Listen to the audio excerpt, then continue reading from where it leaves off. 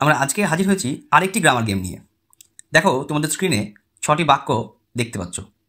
প্রথমটিতে লেখা আছে what a car, what a nice car, how beautifully she sings, of it's very hot today, Riya did a great job, he couldn't pass. এখন প্রশ্ন হচ্ছে যে উপরের এই বাক্যগুলো কোন ধরনের বাক্য? অপশানস হচ্ছে imperative sentence, assertive sentence, exclamatory sentence এবং ইন্টারোগেটিভ সেন্টেন্স। ঠিক উপরের বাক্যগুলি হচ্ছে সবকটি এক্সক্লেমেটরি সেন্টেন্স। এখন কিভাবে এই বাক্যগুলি এক্সক্লেমেটরি সেন্টেন্স হলো তার ব্যাখ্যা আমরা এবার দেখব। ভালো করে লক্ষ্য করো যে প্রত্যেকটি বাক্যের শেষেই একটি করে এক্সক্লেমেশন মার্ক বা যাকে বাংলায় বলা হয় বিস্ময়সূচক চিহ্ন আছে।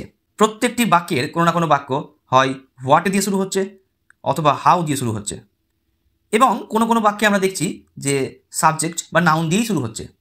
কিন্তু যাই দিয়ে শুরু হোক না কেন সেই বাক্যের কোথাও আমরা একটা এক্সক্লেমেশন মার্ক দেখতে পাচ্ছি। এবার দেখো 6 নম্বর যে বাক্যটি আছে লেখা আছে হি কুডন্ট পাস, সে পাস করতে পারেনি।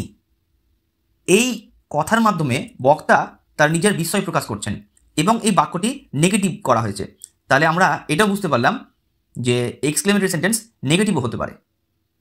এবার 4 নম্বর পয়েন্টে দেখো লেখা আছে যে বাক্যে একটি সাবজেক্ট বা কর্তা অবশ্যই থাকবে এবং তার একটি অ্যাডজেক্টিভ বা কোনো একটি অ্যাডভার্বের উল্লেখ থাকবে। এই সাবজেক্ট এবং এই অ্যাডজেক্টিভের সম্পর্কটা হচ্ছে এইটা যে যিনি বক্তা তিনি ওই সাবজেক্টের এই বিশেষ দিক বা বিশেষ গুণ বা বিশেষ বৈশিষ্ট্য দেখে উনি সেই বাক্যে বিস্ময় প্রকাশ করবেন। প্রসঙ্গত এটাও বলে রাখি যে যদি কোনো বাক্যে অ্যাডজেক্টিভ উল্লেখ না থাকে তাহলে সেক্ষেত্রে আমরা বুঝে নিতে পারবো যে কী ধরনের অ্যাডজেক্টিভ বা কোন অ্যাডজেক্টিভটা থাকতে পারে যেটি লেখা নাই কিন্তু লুকিয়ে আছে। যেমন লেখা আছে হোয়াট এ কার। এবার প্রশ্ন হচ্ছে যে সব বাক্যে তো আমরা অ্যাডজেক্টিভ পাবোই, কারণ সেই সাবজেক্ট বা সেই নাউনের ওই গুণ দেখেই তো বক্তা বিস্ময় প্রকাশ করবেন। তাহলে এখানে কেন নেই?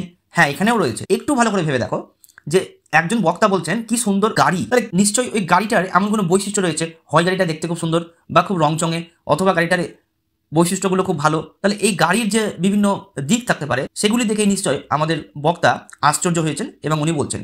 তাহলে এই ক্ষেত্রে আমরা এই গাড়ির যে অ্যাডজেক্টিভ যেটি লুকিয়ে আছে, যেটি বলা নেই এখানে, সেটা আমরা এটা ধরে নিতে পারি যে এখানে নাইস বা বিউটিফুল হতে পারে। অর্থাৎ বক্তা বলার চেষ্টা করছেন যে হোয়াট এ নাইস কার।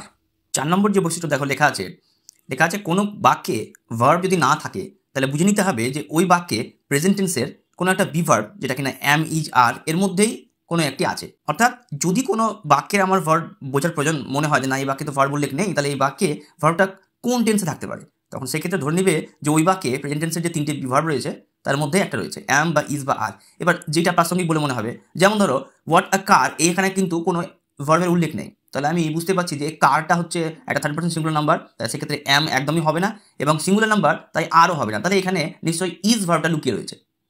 তাহলে আমরা বোঝার চেষ্টা করলাম যে এক্সক্লেমেটরি সেন্টেন্সের কী কী বৈশিষ্ট্য থাকতে পারে, কী কী উপাদান থাকতে পারে যেগুলি দিয়ে একটি এক্সক্লেমেটরি সেন্টেন্স তৈরি করা যাবে।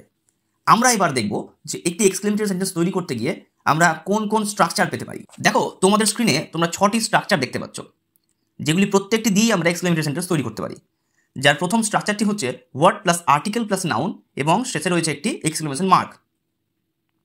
এক্সাম্পল দেখো দেওয়া আছে হোয়াট আ কার, এখানে এটা হচ্ছে আর্টিকেল, কারটা হচ্ছে নাউন। দ্বিতীয় structure what plus article plus adjective plus noun এবং একটি এক্সক্লেমেশন মার্ক। দেখো লেখা আছে হোয়াট আ নাইস কার, এখানে নাইসটা হচ্ছে adjective. What article, adjective, noun, subject, verb.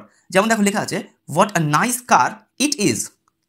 আবার যে 4th স্ট্রাকচার দেখো লেখা আছে হাউ প্লাস অ্যাডভার্ব, কখনো কখনো অ্যাডজেক্টিভও বসতে পারে, প্লাস সাবজেক্ট প্লাস ভার্ব এবং শেষে অবশ্যই একটি এক্সক্লেমেশন মার্ক। দেখো এক্সাম্পল লেখা আছে হাউ বিউটিফুলি শি সিংস। এবার আমরা 5 নম্বর যে স্ট্রাকচার দেখতে পাবো এবং 6 নম্বর যে স্ট্রাকচার দেখতে পাবো সেখানে আমরা একটু ভেরিয়েশন দেখতে পাচ্ছি স্ট্রাকচারে। কেমন? 5 নম্বর যে স্ট্রাকচারটা দেখো শুরু হচ্ছে সেখানে লেখা আছে ইমোশনস। আমরা তো মানুষ এবং আমাদের মনের যে সমস্ত ইমোশনসগুলো বেরিয়ে আসে হঠাৎ করে, সেই ইমোশনগুলোকে নজরে রেখে আমরা কিছু শব্দ বলি, সেই ইমোশনগুলো দিয়ে কিন্তু আমাদের কোনো বাক্য শুরু হতে পারে এবং তার পাশে একটি এক্সক্লেমেশন মার্ক থাকতে পারে। তারপরে সাবজেক্ট, ভার্ব, অবজেক্ট যেমন হয় সেরকম থাকতে পারে। যেমন দেখো লেখা আছে উফ ইটস ভেরি হট টুডে। আমরা বুঝতে পারছি যে একজন বক্তা উনি গরম তার অসহ্য লাগছে এবং উনি এই গরমের জ্বালায় এই বাক্যটি উনি প্রকাশ করছেন যে সত্যিই আজকের দিনটা খুব গরম। 6 নম্বর এবং শেষ যে স্ট্রাকচার সেটি হচ্ছে subject plus verb plus object, যেমনটা আমরা অ্যাসার্টিভে দেখেছিলাম, কিন্তু এখানে দেখো লেখা আছে শেষের দিকে যে পাংচুয়েশন মার্কটা হবে সেটি হচ্ছে এক্সক্লেমেটরি সেন্টেন্সের পাংচুয়েশন, অর্থাৎ এক্সক্লেমেশন মার্ক, যাকে বলা হয় বিস্ময়সূচক চিহ্ন। তার এক্সাম্পলে লেখা আছে ইউ কুডন্ট পাস। এই ছিল আমাদের স্ট্রাকচারস। এবার আমরা এই স্লাইডে দেখে নিব যে এক্সক্লেমেটরি সেন্টেন্স তৈরি করতে গেলে আমাদেরকে কি কি আরও বিষয় মনে রাখতে হবে।